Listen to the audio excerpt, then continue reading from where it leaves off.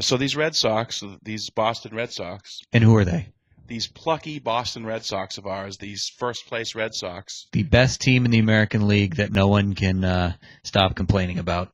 Well, I think the complaints about the Red Sox, it's tough to figure out what they are. They don't have, even though they had 6 All-Stars, you kind of could have made a case that 4 of them, at least 3 of them, didn't belong. Wakefield didn't really deserve it, but it's admittedly a lifetime achievement award, and so fine. Which is good. And I don't have a problem with it on the surface, but you feel bad for a guy like Kevin Millwood and a guy like Jared Weaver who clearly had better seasons throughout. Yeah, but they're jerks. They are jerks, and they don't play in Boston, so right. It's so really, okay. We don't care about them. Yeah. Millwood, I'm pretty sure he didn't he hit a clubhouse guy? No. Okay. He might have. I don't know. I'm not his dad.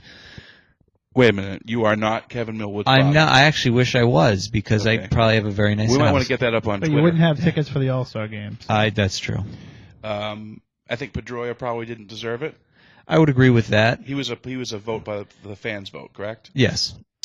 And I mean, at first base also, Kevin Youkilis had an excellent first half, but first base is so deep. Yeah. I mean, you could definitely make the case that, maybe he didn't deserve to be there either. And I mean, he was one of the last guys put on. It took Joe Madden giving one of his last 2 spots to Youkilis. And even Jason Bay, who's put up impressive numbers. I think his batting average when we're doing this is down to about 265. Yeah, he's surged back a little bit, but he admitted this himself when he was going through his run where he's hitting 2-run homers every night. And I mean, he still has, I believe he's a league leader in RBIs, but he was admitting, there's going to reach a point when I cool off because you can't stay this hot for a whole season.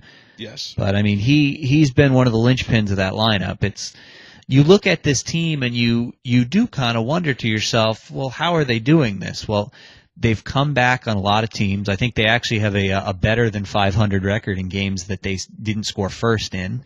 Their pitching, their bullpen has been top-notch, just absolutely top-notch from top to bottom, as expected. And the starting rotation, Dice K obviously has had significant issues dealing with the WBC, but John Lester's been lights out. Josh Beckett's got. Has he been lights out though? He has been pitched better than his numbers. You look at him now. I mean, he's turned into a strikeout machine. His secondary stuff has become incredibly good. Yeah, I love Lester. I think that I think he's on par with Beckett. I think they're 1 and 1A. I think they're both guys who can win playoff games, guys who can strike guys out. I mean, it's funny to think about the book on him, and obviously now we don't know, how much his illness affected him in his early days with the Red Sox.